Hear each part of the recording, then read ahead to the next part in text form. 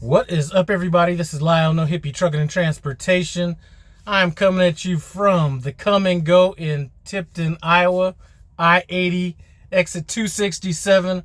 We are about 20 miles west of Iowa 80. And if you know me, you know I was not stopping at no Iowa 80. So just to kind of bring everybody up to speed, I've had a few people ask, what's up? Where are you at? You know, the last video I did, I was on home time. I left home on Tuesday, and I got a disturbing load. I got to get into that here in a minute, but a disturbing meat load. I had to deadhead about 500 miles to get it, and that was going to Solderton. I think that's how you pronounce it. Pennsylvania. So basically, think between Allentown and Philadelphia, kind of in that area. So dropped off that load and then picked up yesterday in Hershey, Pennsylvania. And I got this load going out to Ogden, Utah. Basically, I picked it up on Friday. Let's get it there anytime before next Friday. Now, my hours are looking a little slender right now. I'd have just about enough hours to get it there, but what I think I might do is I don't need a 34, but I might need to stop short a little bit and let these hours catch up. But that's kind of the situation I'm in right now. Man, this meat load, I'm gonna tell you, you know, all these meat places, with the exception of maybe 2 or 3, there's always some issues with them or a reason you don't like them or something like that. But this one right here was and I'm not gonna say, you know, who it is or anything like that, but if you know where Warren Buffett lives, that's the city I picked this meat load up at. So anyway, go to pick up this meat load, and this is a very small and very tight place. Usually it's drop and hook. This one wasn't. This was a live load. It was kind of a first come, first serve, 06 in the morning till like 10 p.m. So I've never been here before, and if I have the luxury, I'll wait for the sun to come up if I'm going to a place I'm not familiar with. So I got there about 7:15 in the morning. And this place is not in the best place to have a lot of trucks showing up. Now, I happen to be the only reefer truck showing up here. And one of the things about this place is reefer trucks and cattle trucks go in the same entrance. So I was sitting out here for about 45 minutes looking at all these cows shitting and pissing on each other during the last minutes of their life. That really, you know, call me a softie, call me whatever, but that really, that's not anything I really like to see. And as a matter of fact, one of my boys that watches the channel every now and then, maybe not so much now, but I call him Samson the 4'5". He is he used to drive for Prime, 4'5" tall. He actually became, I don't know if it's really vegan or if he's that strict, but let's call it vegetarian, just based on looking at some of this stuff. So anyway, I'm sitting here in this line looking at these cows, and this shit was horrible. So you had like the cows on top shitting and pissing on the cows on the bottom, and you know, I'm just waiting to check in. And then as I'm waiting to check in, you see another truck come out.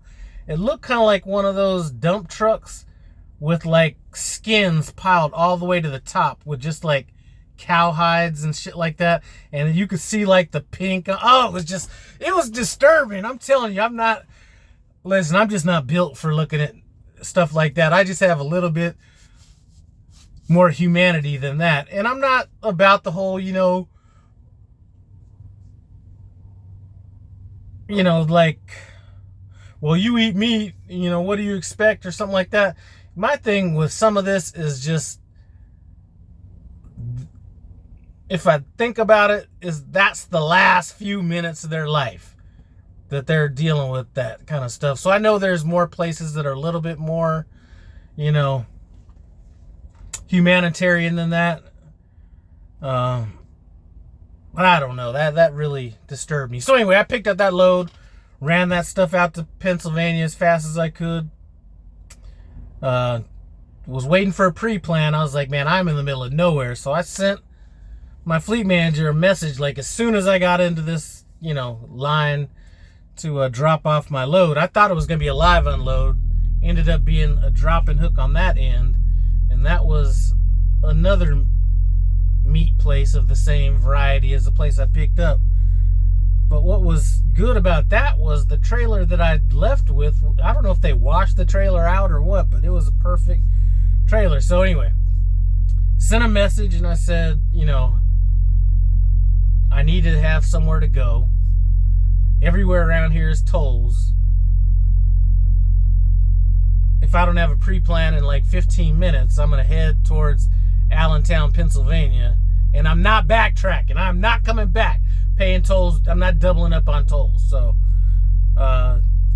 probably about 20 minutes later, I hooked up to my trailer, inspected it, ran the pre-trip on the unit to make sure everything was cool. By the time I was done with that, I had a pre-plan picking up in Hershey, Pennsylvania. Supposed to be 42,000 pounds. Like I said, going to Ogden, Utah. I get out to the Hershey place and load was ready. And to my surprise, it was only 25,000 pounds. So that's always a win. And picked that up and just started running. I was trying to get this out here in like 3 shifts.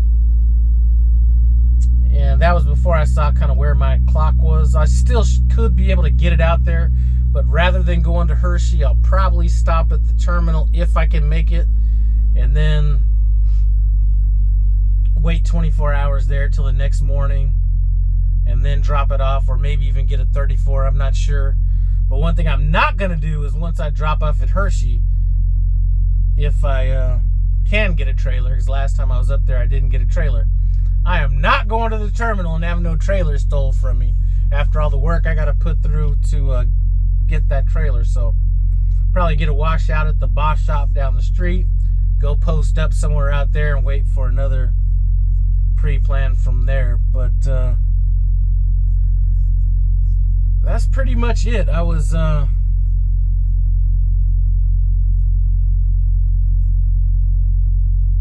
planning on maybe taking a couple more days off at home, but I got to get back out here and level things up. Things weren't necessarily going all that well as far as truck issues and putting steer tires on trucks and stuff like that. So I was like, let me just get back out. So that's why I came out. I got my truck in the shop in Denver, which was the truck that Myra was having problems with.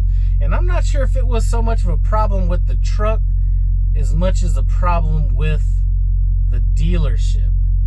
So we've been having these problems with this transmission fault, and it had been to Springfield twice. So once they put in a refurbished stock, basically the stock that you put the Jake brakes and put it in park neutral, all that, they put in a refurbished one. Then it was having problems again almost immediately. So then they put a new one in. Same thing happened. So then when she was going down to Laredo, problem came up again. Well, maybe it was my mistake, but she put the truck in Laredo and they were like, well, it's this transmission gear stock thing or whatever. And I was like, they've already done it twice. It can't be it. So basically nothing was done there, or they did some, I don't know what they did. Maybe had I not said anything and they did it there, we wouldn't have had these problems. So I'm thinking, you know what, I took it to Denver, they might have put this thing in right or did something different, because I haven't had any problems with this, knock on wood, whatever. But that Peterbilt in Springfield, based on some information I've got from, my brand newest truck, even as simple as oil changes getting fucked up out there. Myra's truck, I haven't had a problem with any of the trucks I was driving, but I was just getting minor stuff done. So I don't know. I'm thinking about doing a review on them motherfuckers if they keep fucking up. But that's pretty much it. So I'm gonna get this load out here to Utah. I'm trying to get as much of this West Coast in now because it's about time to turn that into a no-fly zone here pretty soon, because I am not in a position to be out there trying to gamble with the weather, especially if I'm getting no backup if anything happens wrong. And listen, if you're new and you are watching this channel and it's winter's coming up, if there's any reason you need to shut down or feel uncomfortable or anything like that, do not wait. Shut it down, because you are getting no backup. The blame is coming completely on you regardless of anything.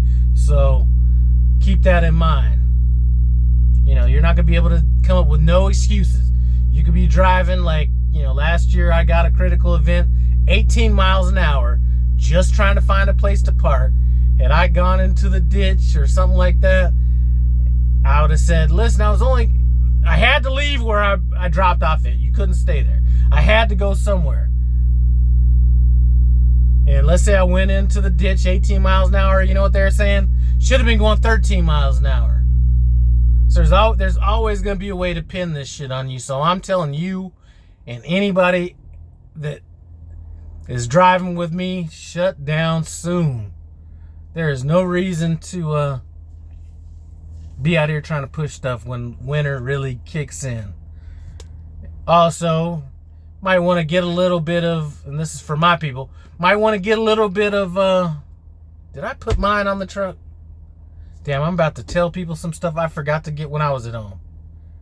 Get you some ice melt. I need to get some of that next time I stop by the house, which is going to be pretty soon because I got to get my driver's license. So, anyway, just wanted to come in for a quick, what up? And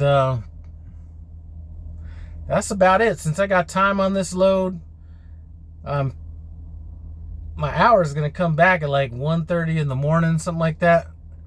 I may just sleep till a cool 5 in the morning just because I'm in no rush and my hours are going to kind of run out as I deliver the load. And there's nothing more stupid than delivering a load with no hours, with nowhere to go. So I'll probably sleep in these next few days. I'm not sure, but that's about it. Anyway, I appreciate you guys stopping by No Hippie Trucking and Transportation. Listen to me talk about nothing. I appreciate it. Comment, subscribe, and I'm out.